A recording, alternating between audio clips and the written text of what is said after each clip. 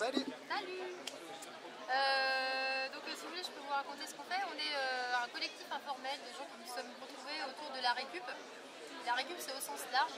Ça concerne tous les matériaux, de l'aliment, les vêtements, les trucs qu'on dit consommables, aux outils, un peu tout.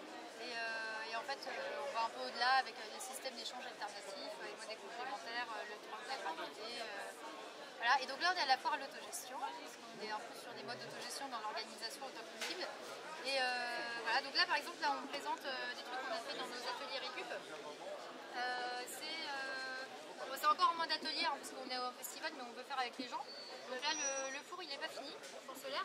Donc l'idée, c'est que le soleil, il vient taper là-dedans. Dedans, à l'intérieur, on met une marmite avec quelque chose qui est pas trop compliqué à chauffer. Le soleil, il est là, hop, avec le vent, ça vient réfléchir à l'intérieur. Ce petit machin-là, c'est là où il viendra fixer le miroir. Hop. Et puis, en fait, la vitre, elle sert à garder l'air à l'intérieur bien chaud. Parce que, en fait, ça fait un mélange entre un thermos isolant, parce que tout ça, c'est à l'intérieur, c'est du carton 100% isolant. Et en même temps, ça recueille en plus l'énergie qu'on a grâce au soleil. Ok. Et le carton, du coup, comment tu le fais, le socle à l'extérieur? Il y a Damien là qui est super fort. Alors, Damien. Bonjour. Bah, salut. D'un point de vue technique pour les bricoleurs, du coup, dis-leur tous les petits détails. Comment s'y prendre du carton, avec du carton et du carton, il y a juste une vitre en plexi, double vitrage, et des petites bandes de craft gommées pour solidifier, consolider et soutenir le. Ok. Et en fait, le concept, c'est juste, donc, tu as une partie extérieure et tu rajoutes une petite caisse à l'intérieur avec un espace. Le principe, c'est une boîte isotherme, la plus isolée possible de l'extérieur, de manière à ce que l'intérieur chauffe et chauffe de plus en plus. Et est-ce que c'est plein de cartons du coup? Oui, effectivement, voilà, c'est une petite caisse à l'intérieur d'une grosse caisse, et entre les deux, on isole avec tout ce qui peut isoler. Et donc, typiquement, ce qui isole, en fait, c'est des couches d'air immobiles. Donc là, du carton, par exemple, c'est avec les petits systèmes de vagues, là, c'est l'air qui est emprisonné, ça isole super bien. Et là, c'est mieux de les mettre côte à côte ou de laisser encore un espace entre chaque truc à tester quoi. Mais en plus, ouais, ça fait. Cool. Sinon, avec juste de la laine de mouton, ça marche très bien. Et avec une couette, ça marche très bien. Enfin bon, n'importe quel isolant connu et reconnu, il n'y a pas de. Ça isole du chaud et du froid. L'isolation, ça marche dans les deux sens. Ok. Et l'intérieur, t'as plus qu'à recouvrir d'alu sans chercher à faire une forme arrondie, non ça. Ça, c'est la version la plus simple. Après, il y a des versions plus compliquées. Vous voulez dire autre chose? Non. Passons sur les. Ça, c'est les versions simples. En fait, il y a de tout dans les fours solaires. Il y a la version transportable pliable, ça, il y a Stéphanie. Ouais, il y a Stéphanie qui en a fait, qui a un patron et tout ça. C'est celle-ci là. Ouais, donc celle-là, elle est transportable en voyage. Il y a des versions très simples à faire, qui est aussi un peu moins, aussi pas trop optimale, c'est celle-là, celle qu'on est en train de réaliser. Celle-là, le problème, en fait, c'est qu'il faut qu'il fasse vraiment chaud dehors, parce que comme l'air n'est pas emprisonné sous une vitre, du coup, ça peut refroidir à cause d'un air un peu La trop casserole frais. va refroidir aussi vite qu'elle va chauffer. En été sans vent quoi, à Voilà, utiliser. c'est ça. Donc en été sans vent quand il fait bien chaud. Dehors. Et après, il y a des trucs, la version la plus optimale, mais bon, il y a des compromis un peu compliqués, c'est une forme de parabole. Donc là, en l'occurrence, c'est des paraboles avec des morceaux de plan, hein, parce qu'on n'arrive pas à faire, comme dans les observatoires d'astronomie, des paraboles compliquées. Et donc là, si elle est parfaitement orientée, c'est ça le problème, dans ce cas-là, il y a toute la lumière du soleil qui vient se concentrer sur la marmite. Okay. Ça, c'est génial. Et ça serait encore plus intéressant de le courir. Là, du coup, on arrive au super fort. Ouais. Mais le problème de ça, en fait, c'est qu'il faut l'orienter en permanence. Et on se rend compte, en fait, que c'est un peu chiant d'être en permanence en train de tenir le machin. Sinon, il faut motoriser, mais ça demande de l'électricité. Et du coup, voilà, en compromis simple, il y a des compromis plus simples. Ok, super. Et à côté, là, du coup, qu'est-ce que c'est ça? Voilà. On dirait c'est une boîte en carton. Marmite norvégienne, tout simplement une caisse isotherme qui permet de garder au chaud ou au froid les aliments.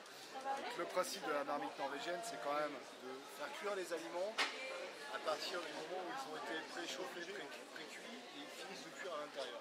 Voilà que si on regarde à l'intérieur, on a une cocotte que l'on peut mettre dans la marmite. Donc cette cocotte là, on l'imagine avec, je sais pas moi, un ragoût à l'intérieur. Le ragoût il a commencé à cuire sur le feu, sur le gaz standard. Au bout de dire une demi-heure, on arrête le feu, on met le rabu dans la marmite norvégienne, on ferme le tout, on isole complètement. Éventuellement on peut rajouter même une couverture ici pour vraiment isoler finement l'ensemble. On referme la marmite et ça continue de cuire pendant 3 à 4 heures jusqu'à ce que ça soit super bon. Et c'est le même, ça sera chaud. Et c'est le même concept qu'ici, donc du coup c'est 2 couches de carton avec... Voilà, les concepts sont quasiment les mêmes. Isoler l'extérieur pour garder la chaleur ou le froid à l'intérieur. Cool, merci. Vous avez... Ah, il y a d'autres choses. Vas-y, toutes les... C'est lui qui est en train de commencer. il y a la machine à laver à pédale. Ah, donc là il y a la machine à laver et là il y a les pédales. L'idée c'est de rassembler les deux.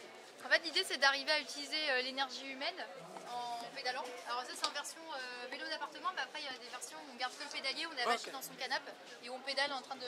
Ah oui, mais elle est pas montée du tout, j'avais pas vu. Et là c'est un atelier. C'est l'atelier, ok. Donc là c'était le début de démontage d'une machine à laver. Ouais. Donc récupérer. Et il y a des versions récupérer que la cuve et le système de courroie pour pouvoir fixer ça contre un vélo et se servir de l'énergie simplement des pieds et des jambes pour faire tourner la machine, sachant que pour faire une lessive, il n'y a pas besoin de tourner comme un fou. Juste quelques minutes de temps en temps, c'est-à-dire que vous faites 5 minutes de pédalage, un quart d'heure de repos, c'est pas trop compliqué, c'est pas trop dur. On répète l'opération 2-3 fois et au bout de 2-3 fois, le linge est propre, surtout si la lessive a été faite à partir de cendres. Ah, ce qu'on ira voir juste après. Cool. Et donc voilà. Il faut juste après rincer un seul coup d'eau ça suffit, éventuellement 2 si on veut que ce soit vraiment super bien rincé, mais sinon un seul réapprovisionnement en eau c'est suffisant. Et voilà, et après les seurages, c'est le moment où il faut un peu pédaler. Pour faire le sprint final. Et du coup en fait tu fixes le vélo dans la dans continuité, voilà, dans l'axe, relié à la machine. C'est le